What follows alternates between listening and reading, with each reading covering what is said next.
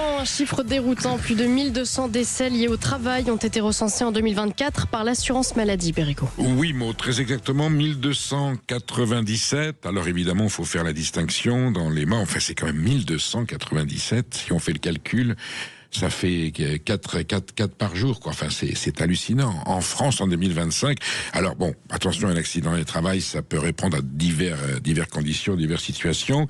Il semblerait, alors la polémique vient du fait qu'il semblerait que les ordonnances Macron, qui étaient faites pour assouplir les réglementations, pour les entrepreneurs, pour le patronat, certains ont dit encore un cadeau de plus aux patrons, mais en même temps, les petits patrons ont dit oui, c'est bien que le poids administratif, c'est cette façon de nous contrôler, les entraves soient un peu assouplies, de façon qu'on puisse travailler normalement. Il semblerait qu'il y ait un rapport de cause à effet, tout ça évidemment je dis ça avec énormément de prudence, tout ça est à vérifier, mais enfin toujours est-il qu'on est à 1297 accidents du travail en 2024. Alors attention, il y a l'accident du travail sur le lieu de travail, vous êtes en train de manipuler un outil ou vous êtes en train d'exercer votre profession et ce geste est mortel, ça c'est un cas précis.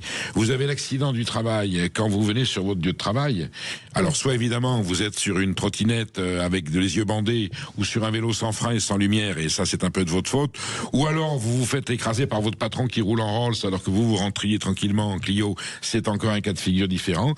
Et puis l'accident de travail en télétravail, ça c'est assez extraordinaire, il y a l'ordinateur qui explose devant vous, ou je ne sais pas ce qui se passe, toujours est-il, voilà les 3 cas de figure, et ce sont les tribunaux qui décident, sauf que 1297, mourir 1297 fois en France en 2024, en faisant son boulot, en faisant son travail, c'est quand même un chiffre qui interpelle, et je suppose que là aussi il y a probablement des mesures sanitaires, administratives, écologiques et professionnelles tout simplement à prendre pour éviter qu'on ait ce chiffre terrifiant. Ma chère Maud. Absolument.